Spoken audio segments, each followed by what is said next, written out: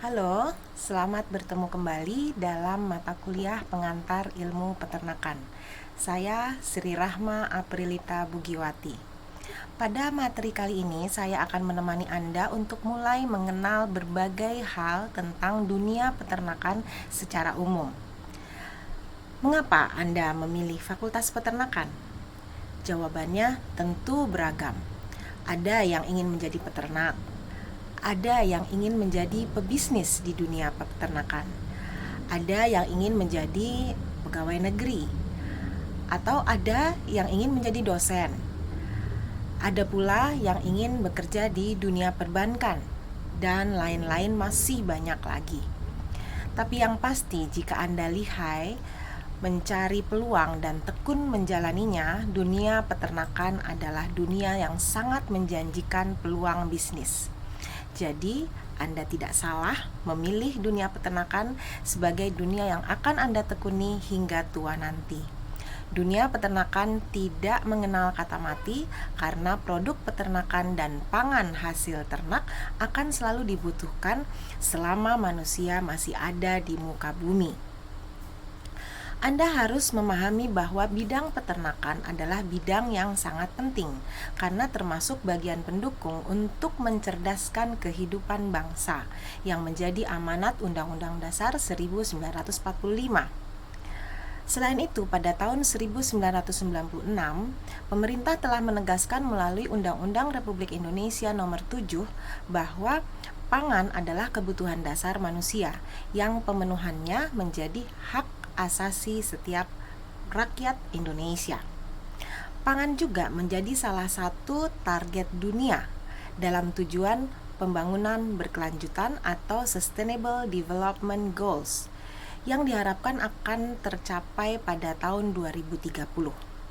Artinya, 10 tahun ke depan, di saat Anda berusia sekitar 28 atau 29 tahun, Anda sudah dapat turut serta membangun negara ini melalui pemenuhan kebutuhan sektor pangan hewani. Ada 17 sektor yang menjadi target Sustainable Development Goals yang harus diselesaikan oleh dunia. Sektor nomor 2 dan nomor 12 sangat berhubungan dengan pangan. Di titik itulah Anda harus ikut berperan. Dunia peternakan Indonesia memiliki tujuan dalam membangun dunianya. Dasar tujuan pembangunan peternakan Indonesia layaknya dengan Pancasila yang menjadi dasarnya, maka di dunia peternakan dikenal adanya Pancadharma Pembangunan Peternakan yang disahkan oleh Direktorat Jenderal Peternakan tahun 1973.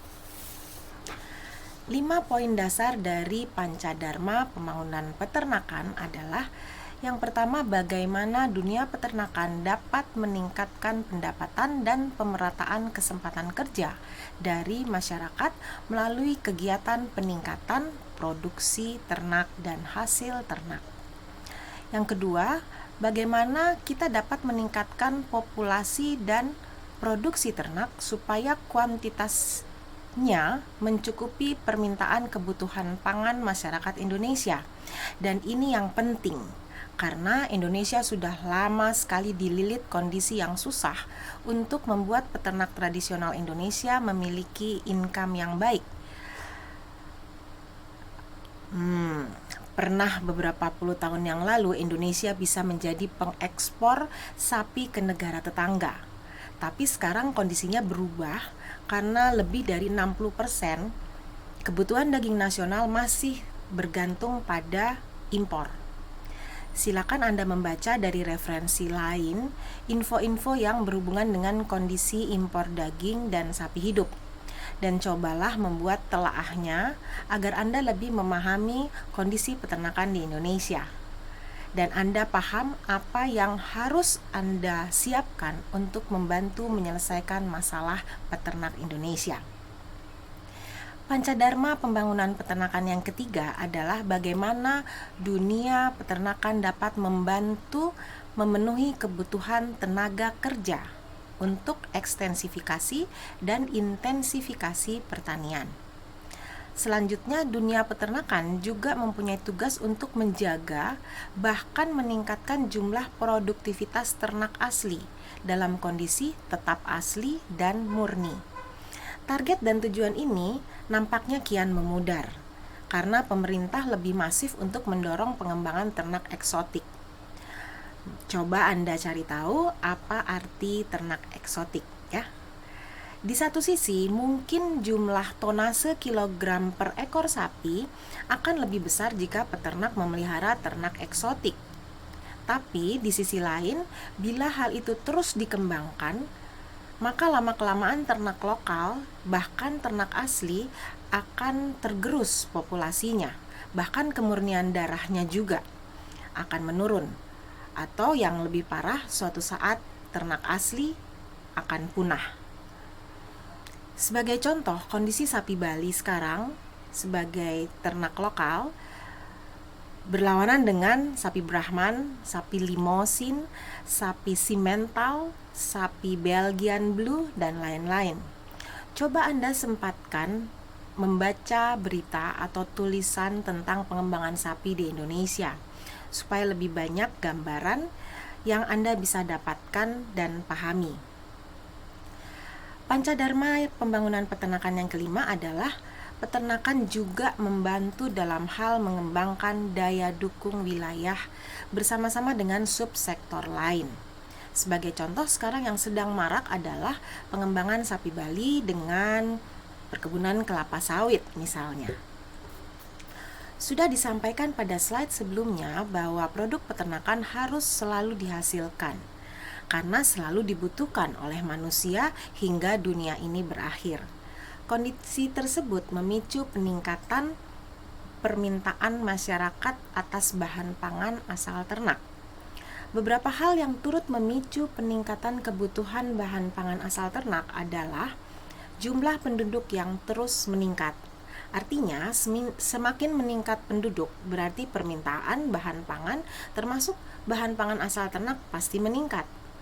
Berapa orang bayi yang lahir yang sudah mencapai masa lepas sapih, tidak menetek lagi pada ibunya? Berapa anak yang butuh minum susu untuk memicu pertumbuhannya?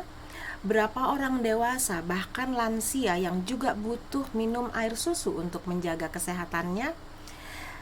Selain itu, hampir semua produk pangan manusia tidak lepas dari produk ternak seperti susu, telur, atau daging. Anda juga makan kue, makan biskuit, pasti mengandung telur dan susu. Anda makan bakso yang mengandung daging. Anda minum yogurt, Anda makan abon, dendeng, dan lain-lain. Artinya, permintaan bahan pangan asal ternak pasti meningkat seiring dengan peningkatan jumlah penduduk.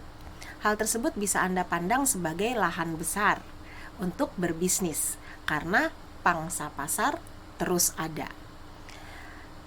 Peningkatan tingkat pendidikan berkorelasi dengan perkembangan kota.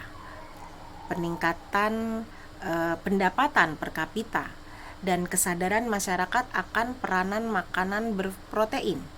Semakin tinggi tingkat pendidikan berarti semakin paham arti kebutuhan untuk mengkonsumsi makanan bernutrisi untuk kesehatan dan pertumbuhan.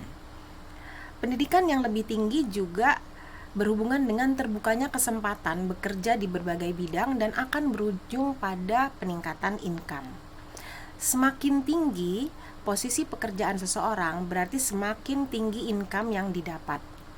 Tentu akan memicu perubahan pola dan jenis makan seseorang.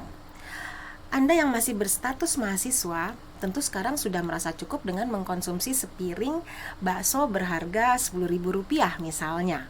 Tapi setelah Anda nanti punya pekerjaan yang baik dan mendapat gaji yang cukup, tentunya selera makan akan bergeser menjadi mengkonsumsi beef stick misalnya yang satu piring berharga Rp75.000.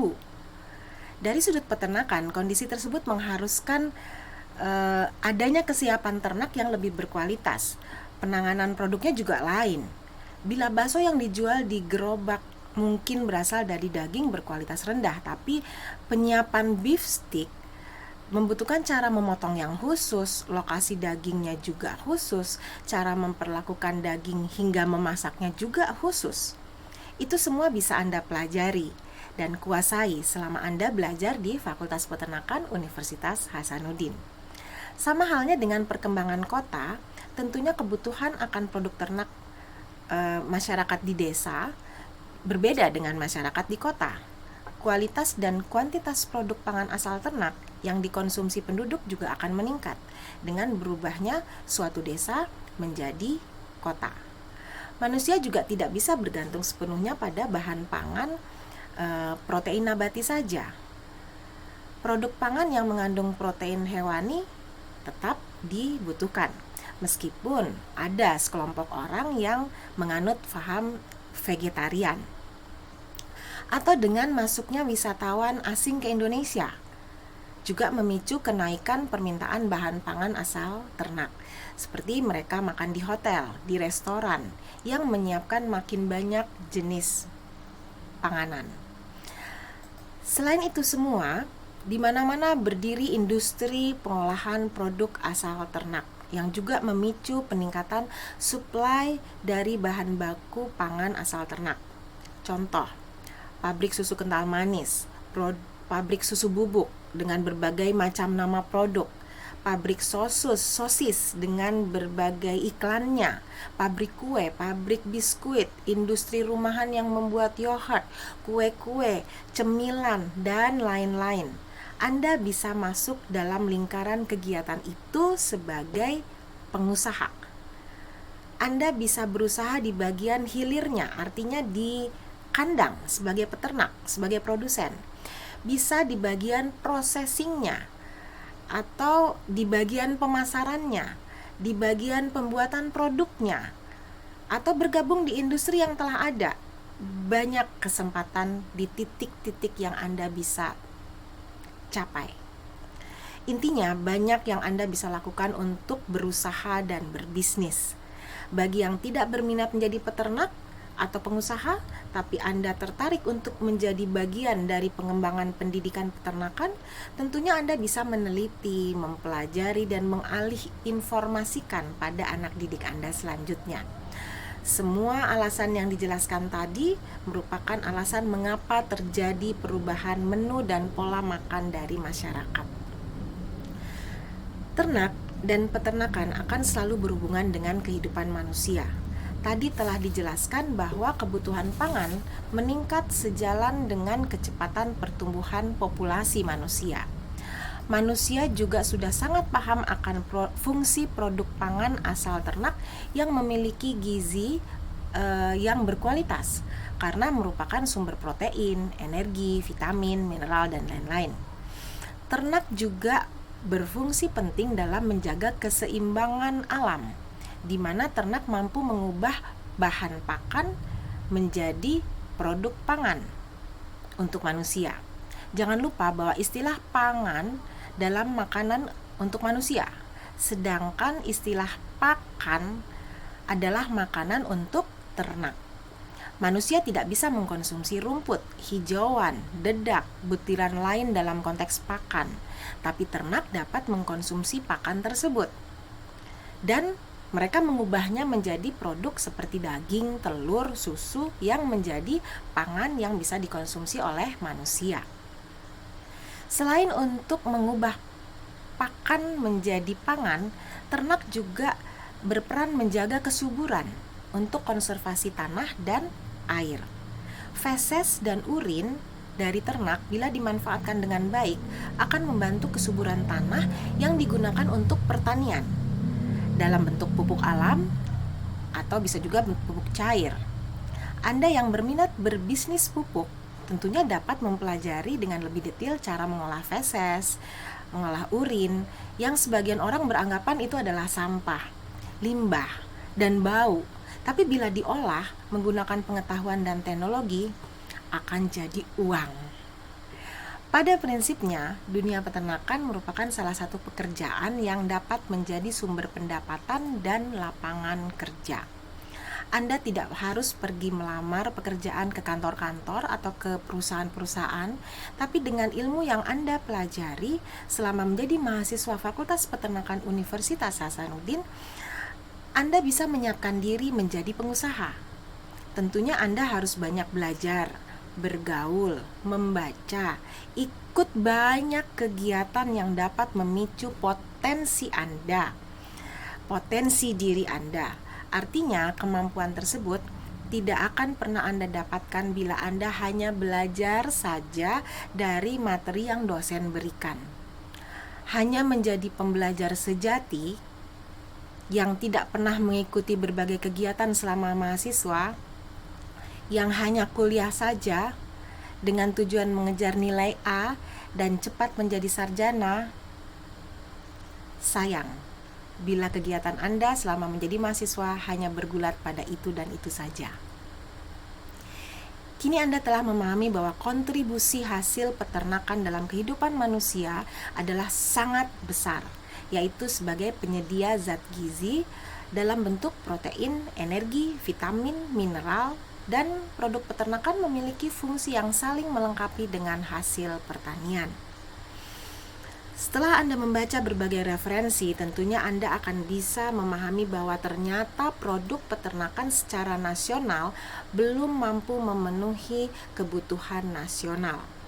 Dengan kondisi peternakan rakyat yang seperti sekarang, yaitu yang manajemen pemeliharaannya masih bersifat tradisional, kemudian ketersediaan bahan pakannya juga tidak stabil akibat ketergantungan pada cuaca atau musim dan lain-lain, ternyata kebutuhan pangan nasional belum bisa terpenuhi. Oleh karena itu, dorongan untuk mengimpor untuk mencukupi kebutuhan nasional sangat tinggi. Kebutuhan nasional dalam bentuk produk pangan bisa berbentuk konsumsi masyarakat secara umum dan bisa berbentuk kebutuhan untuk bahan baku industri pengolahan produk hasil peternakan. Untuk masalah ketersediaan bahan pakan, dunia peternakan menghadapi kondisi yang saling berkaitan dan saling memberi efek, yaitu diawali dengan peningkatan populasi penduduk. Populasi penduduk Indonesia berkembang sangat pesat. Sebagai contoh, 40 tahun yang lalu sekitar tahun 1980, jumlah penduduk Indonesia berkisar sekitar 135 juta orang. Dan pada tahun 2020 sudah membengkak menjadi sekitar 267 juta orang. Peningkatan jumlah penduduk tersebut berefek pada peningkatan kebutuhan akan perumahan dan berbagai bangunan seperti sekolah, toko, pabrik, dan lain-lain. Anda dapat melihat sendiri di sekeliling rumah Anda. Coba ingat-ingat kembali, saat Anda masih SD, Anda masih punya banyak tempat untuk bermain, untuk berlari-lari, main sepeda, main di sawah, atau main di tanah lapang. Sekarang berapa banyak lokasi tersebut yang masih ada? Apakah lokasi tempat Anda bermain itu sekarang sebagian besar lahan terbuka dari hutan, tempat ternak digembalakan, tempat ternak merumput, atau tempat peternak mengambil rumput untuk dibawa ke kandang, atau tempat peternak menanami lahannya untuk rumput pakan ternak atau untuk menanam jagung, telah berganti fungsi menjadi bangunan perumahan, toko, bahkan pabrik. Artinya, lahan untuk hijauan pakan ternak menjadi sempit. Di lain pihak, ternak tetap butuh pakan. Terjadilah kesenjangan antara kebutuhan pakan yang meningkat, tapi lahan untuk menanam rumput atau pakan atau butiran berkurang. Akibatnya, harga bahan pakan untuk konsentrat menjadi mahal. Bahkan kita harus mengimpor. Akibatnya, mahal. Yang lain, faktor musim juga seperti kemarau yang panjang menyebabkan harga pakan juga ikut meningkat. Baiklah, Setelah Anda mendengar itu semua, semoga Anda tidak menjadi kecil hati, tapi Anda lebih bersemangat untuk mencoba menyiapkan diri kita bersama-sama membangun peternakan Indonesia. Kita akhiri sesi ini untuk memberikan Anda kesempatan mencerna berbagai informasi baru yang saya sampaikan tadi. Juga bagi yang ingin lebih kaya, tentunya akan berusaha menambah bacaan dari sumber lain. Sampai ketemu lagi.